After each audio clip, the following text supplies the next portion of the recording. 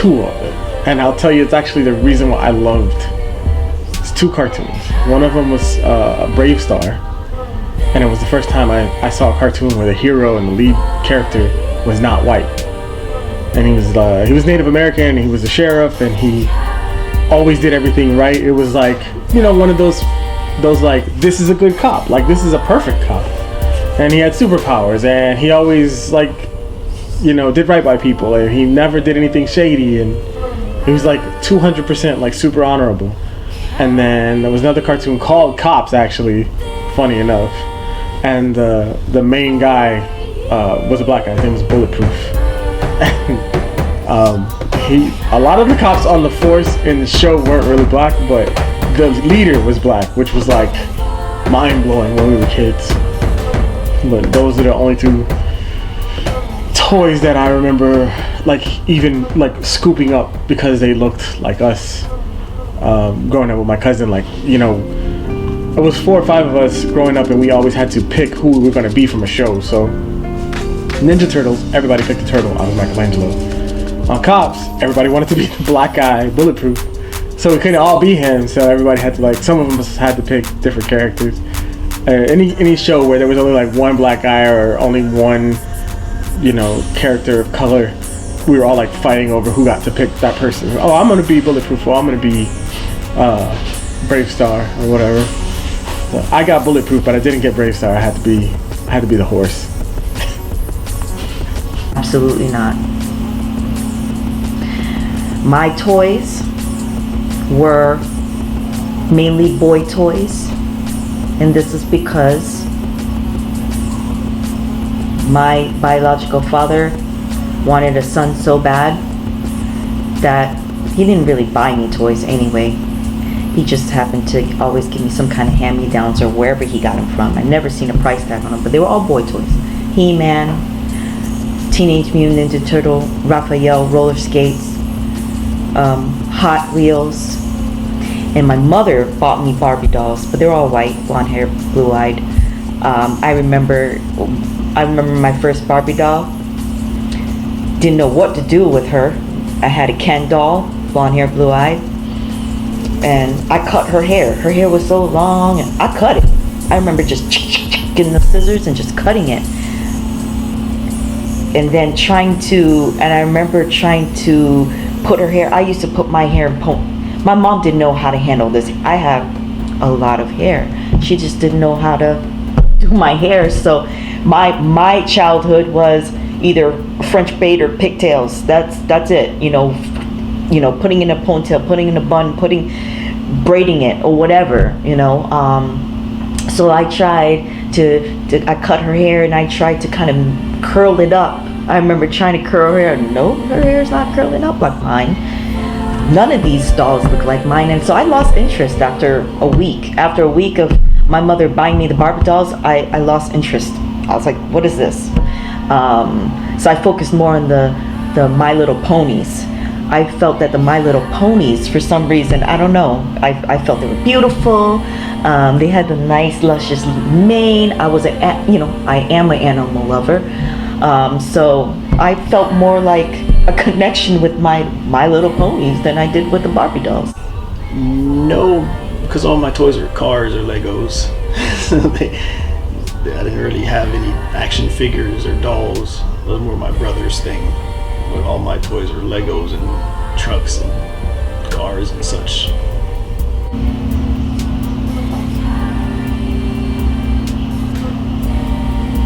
No, I didn't. If I have to go back, and I've had like every Barbie, Cabbage Patch, and things of that sort, but I don't recall any of them being like the same color as me.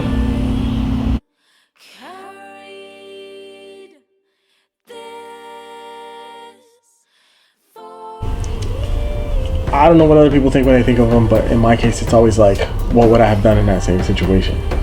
Like with Trayvon Martin, if I was walking to get Skittles in an Arizona iced tea at night, this has happened to me.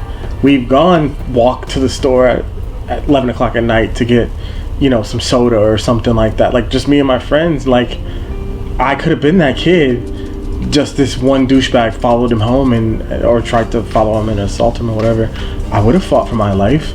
And you don't pull a gun on somebody when you're winning a fight. So, like, if I would have beat the shit out of that dude, then I would have been dead. With Philando, like, that I don't know what he could have done. Like, he does everything right. Hands on the dashboard. Wallet's already out. ID's already out. Do you have a gun? Answers the question correctly.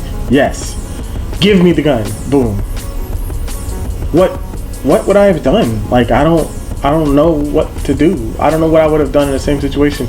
Because you always hear stories and you're like, well, if it was me, I would have done this and that's why I would have got home alive. But like, what? Like, lie about the gun? And then they would have shot you because you lied about the gun, right?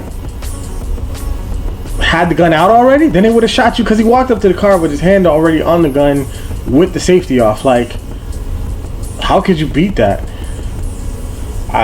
It's terrible. I know somebody with illegal tints on their car, and the justification is, I would rather police not know who's in the car than know it's a black guy in the car.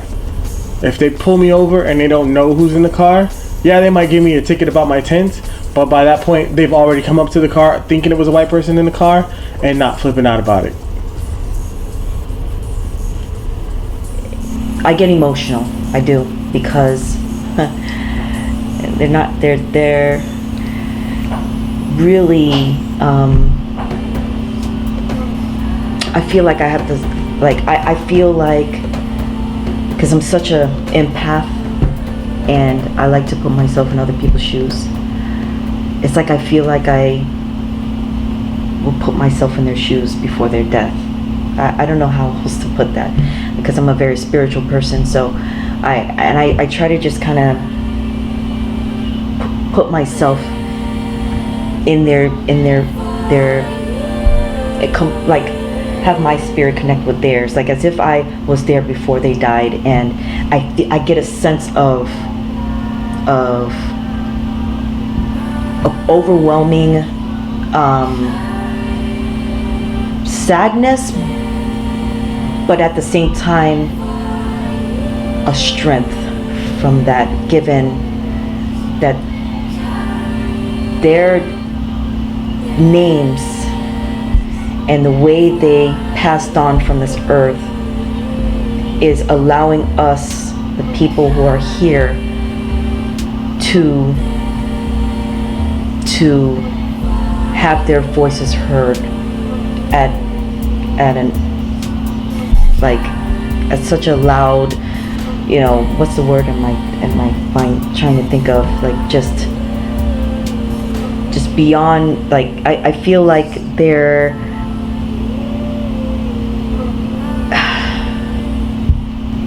we're here for them. We're here to be their voices. Frustration, anger, disappointed but not surprised.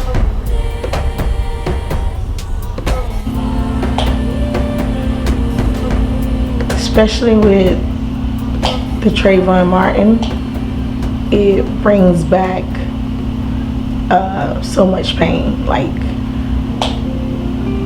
I really don't know what, maybe it's the age and things of that sort. It sticks so close to home to me, especially like even the George Floyd, and it's like, to me it is sad that it's a cycle, it keeps repeating, and it feels like nothing's going to change.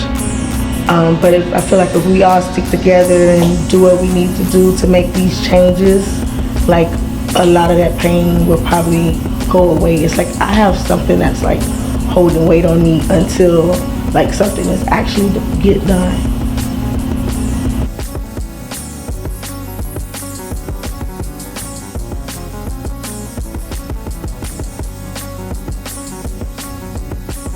I've been in corporate America most of my life,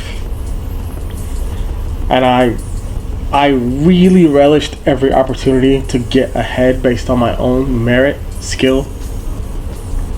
There was so much nepotism And every time I would get passed over for a job, I would say, oh, maybe I wasn't ready, or my resume wasn't good enough, or, you know, that person was better.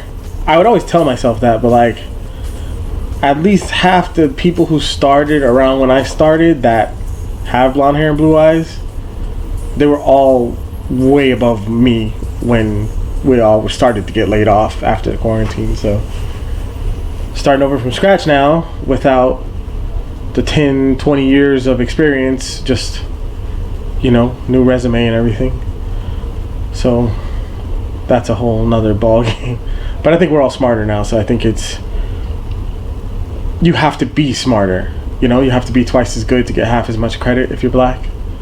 So instead of getting another job at corporate America, like, start your own business and be slick about how you do it. Just think 10 steps ahead instead of 2 steps ahead, you know? I shouldn't have to worry about a resume anymore, because at this point now I'm just going to be my own boss. Absolutely. Absolutely.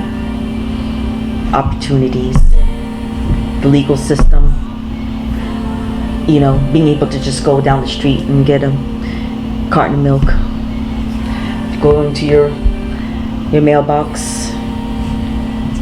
I mean, it's just left and right. Absolutely. Because of the world we live in, unfortunately. But yes, it is. It's hard to be black everywhere. Everywhere. In America, in black countries, in Europe. It's hard to not be a white person or a fair-skinned person, regardless of where you are. I found it can be difficult, for sure. Yes, I would say that. I feel like for me, at this point, I mean, it is, it's like we're, I don't want to say the target, but like the center of a lot of different things, and you get judged, like, and then, like, I don't know, for me, like, my name, so to speak, if I do like an interview or something and I feel like I may be qualified for something, but it's like the color of my skin or the pronunciation of my name and things of that nature, I feel as though sometimes, you know, gets overlooked. Just like when, you know, like you said about being black, right now with society, and then our country is at odds on so many different levels that the blacks are, you know, at center of a lot of disagreements and getting privileges and things of that nature.